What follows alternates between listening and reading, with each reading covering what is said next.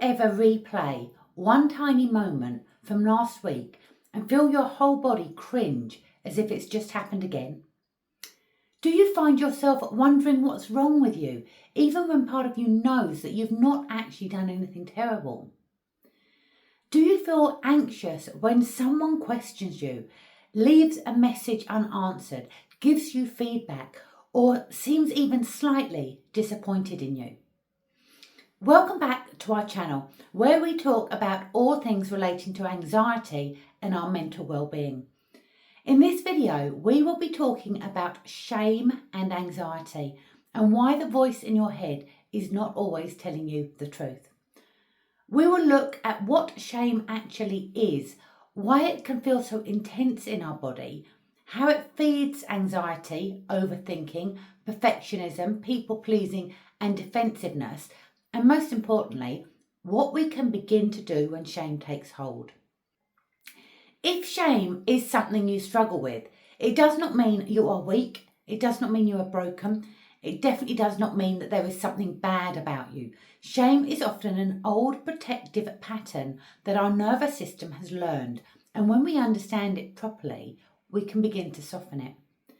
So let's start by understanding what shame really is, because most people walk around believing shame is proof that something is wrong with them, and it's not. Shame is a nervous system response.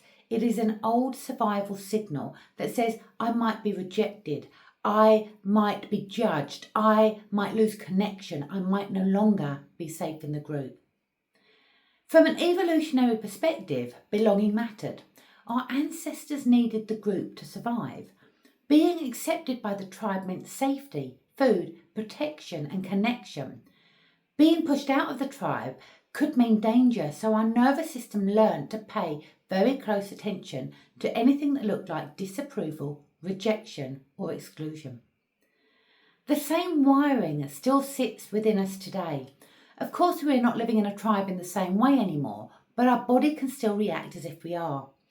A raised eyebrow from a colleague, a short reply from a friend, a partner sounding irritated, a teacher or manager questioning us, or a social situation where we feel exposed, this can all trigger that old alarm. And when shame fires, our body can react very quickly. Our chest tightens, our stomach may drop, heat rises in our face and neck, our breath becomes shallow, and we may want to hide, explain, defend, apologise, fix and smooth things over or disappear completely. That is why telling ourselves logically that we've done nothing wrong often does not help much. Shame is not just a thought, it is an embodied response. It lives in our nervous system. We cannot simply reason our way out of a nervous system response. We have to soothe it, understand it, and over time, update the pattern at the root. So before we go any further, if this is already making sense and you know someone who might need to hear this, please do go ahead and like and subscribe to our channel. My name is Jennifer Roblin. I'm the founder of Better Your Life and I'm an anxiety specialist and therapist.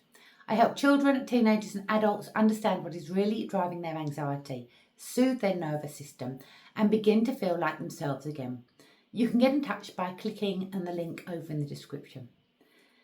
Now, one of the most helpful distinctions we can make is to differentiate between guilt and shame. Guilt says I did something I'm not proud of.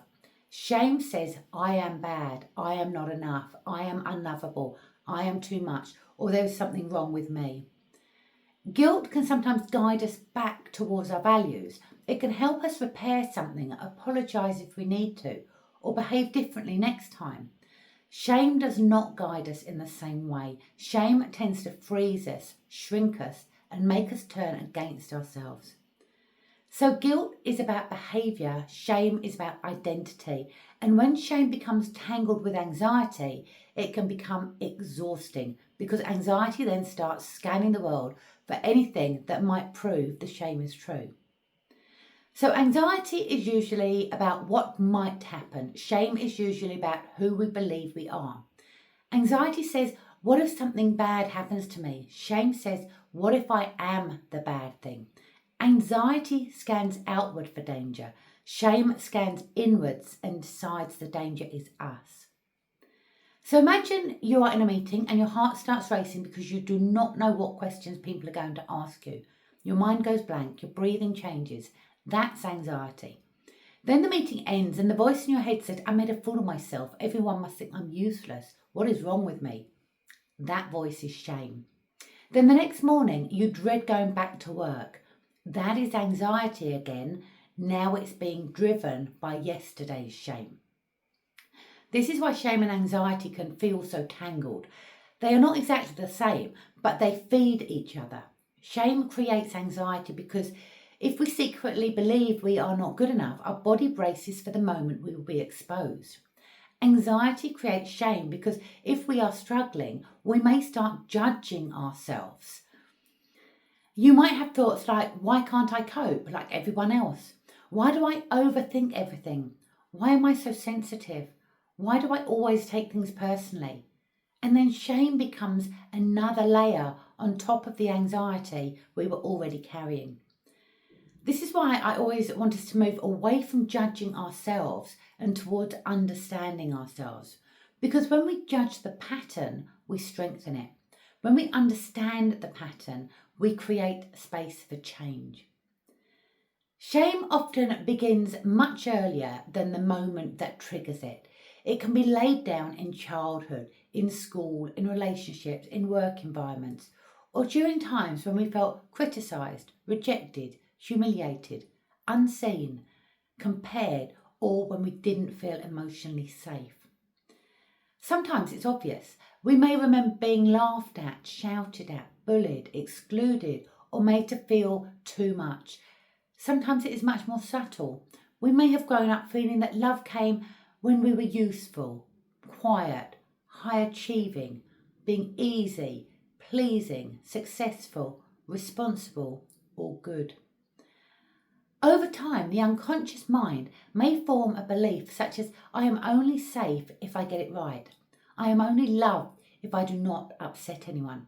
I am only accepted if I am useful. I must not be too much. I must not make mistakes. I must not be seen failing. Then our nervous system learns to respond to anything that looks even slightly connected to that belief. A delayed reply feels like rejection. Feedback feels like danger. A mistake feels like exposure. Saying no feels unsafe. Resting feels wrong. Being visible feels threatening. And this is why shame-driven anxiety can be so tiring. We are not just reacting to the present moment. Our body is often reacting to old data. It is trying to protect us from a danger that once felt real, even if that danger is not actually happening now. So let's have a look at some of the ways that shame shows up in everyday life. Because shame is sneaky, it does not always announce itself by name.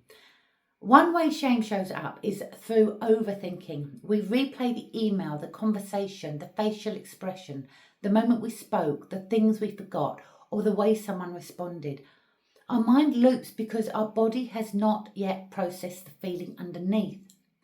Another way is perfectionism. If our nervous system believes that being good enough is what keeps us safe, we may overwork, overcheck, overprepare, and overgive. Nothing ever feels finished. Nothing ever feels quite enough. We might achieve a lot on the outside while feeling constantly behind on the inside. Shame can also show up as people-pleasing. If being liked feels connected to safety, then disapproval can feel deeply threatening. We say yes when we mean no. We smooth things over. We read the room. We take responsibility for other people's moods. We become very good at keeping the peace, but often at the cost of our own peace. Shame can also show up as a defensiveness too. This is such an important one. If you notice the urge to explain, justify, prove, correct, or defend yourself, especially when nobody has actually attacked you, shame may be in the room with you. The defensiveness is not the enemy, it's the messenger. It is trying to push the discomfort away. Shame can also pull us into withdrawal. Sometimes it does not look like busy or anxious. Sometimes it looks like quiet. We cancel plans. We go small. We avoid messages. We stop sharing. We feel heavy, embarrassed or exposed, and we want to disappear for a while. Shame often shows up as a harsh inner voice. That voice might say you are behind, you are not done yet, you should be further on by now, everyone else is managing better than you are too much, you are not enough, you always mess things up. That voice can sound very convincing, but convincing does not mean truthful. Familiar does not mean that it's a permanent pattern. Sometimes the voice in our head is simply an old pattern repeating what it learned a long time ago. When shame shows up for you, does it always make you overthink, people please, defend yourself or withdraw? Let us know in the comments below. There's no right or wrong answer. This is simply about noticing your own pattern, because awareness gives us the first openings for change. Now, if you're watching this and thinking, yes, this is me, I want you to know that you are not alone. I have worked with so many people who look capable, calm and successful on the outside, but inside they're constantly scanning for signs that they have got something wrong. One client I worked with was a successful manager. From the outside, she looked confident and organised. Inside, she was exhausted. She rehearsed emails before sending them. She replayed meetings in her mind. She worried that one wrong sentence would make people see her differently. She kept working harder, not because she wanted to, but because her body felt unsafe when she slowed down. When we began to explore the anxiety, we found shame underneath it. A belief had been laid down very early that her worth depended on being useful, good, and not causing her parents any problems. So every time her nervous system detected even the smallest hint of disapproval, it fired the same threat response her body had learned years earlier. This is what I mean when I say anxiety is not simply a thinking problem. It is a nervous system pattern as well as an unconscious pattern. The nervous system fires the response. The unconscious mind holds the belief that tells the nervous system what is threatening. That distinction matters because if we only try to change the surface thought, we may get temporary relief, but the deeper pattern can keep firing. Lasting change often comes when we calm the old nervous system response and update the unconscious belief that has been driving it. So let's have a look at a couple of practical ways to soften shame and calm the anxiety that comes with it. These tools are the starting point. They're not meant to replace deeper support or therapy, but these will help you lower the volume in that moment. So the first strategy is to slow your breathing down. Now, yes, I'm sure you've heard this before. It's very popular, but it's also very true.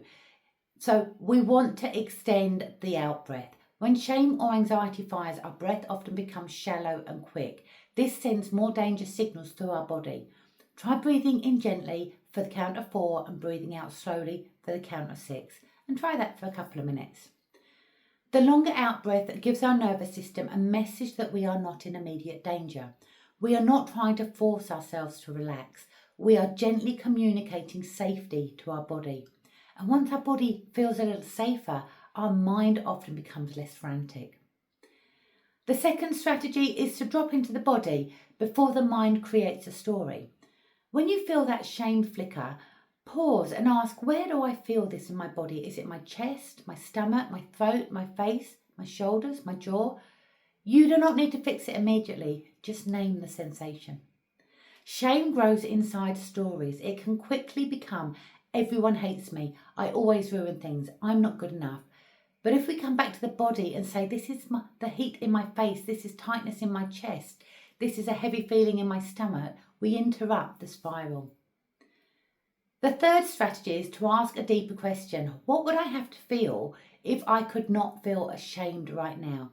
Often shame is sitting on top of something more vulnerable. It might be grief, hurt, anger, disappointment, loneliness, or helplessness. Sometimes shame is the lid on the feeling we have not yet been able to process. When we begin to name what it's underneath, shame can soften because it no longer has to protect us from the feeling. The fourth strategy is to name the inner voice rather than becoming it. Instead of saying, I'm not good enough, try saying, there is this voice that says I'm not good enough. Instead of saying, I'm behind, Try saying there is that voice again that tells me I'm behind. That tiny shift helps us step back from the voice and notice it as a pattern. We are no longer inside it quite so completely. We can begin to ask, is this actually true, or is this an old protective part of me trying to keep me safe? The fifth strategy is gentle movement. Shame and anxiety are body states. When we move our body, we give the nervous system a way to discharge some of what is stuck. This might be a short walk, rolling our shoulders, shaking out our hands and legs, stretching gently, or just standing up and walking around. We are not trying to punish the body into feeling better. We are helping it complete the stress response. We are saying the threat has passed. We can move, we can breathe, we can come back into the present moment. The sixth strategy is to tell one safe person.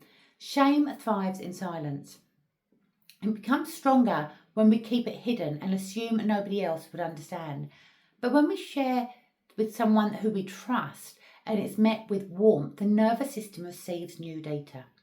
Now, you don't need to tell everyone. In fact, choose carefully. One safe person is enough. Saying I felt really ashamed about this and being met with kindness rather than judgment can begin to loosen up shame's grip. The seventh strategy is to make a stuckness list. Write down the areas of your life that have felt the same for a long time, habits you keep meaning to change, conversations you avoid, things you want but do not allow yourself to want, places where you feel blocked. Then look at the list with curiosity, not criticism. Ask, where might shame be sitting underneath this?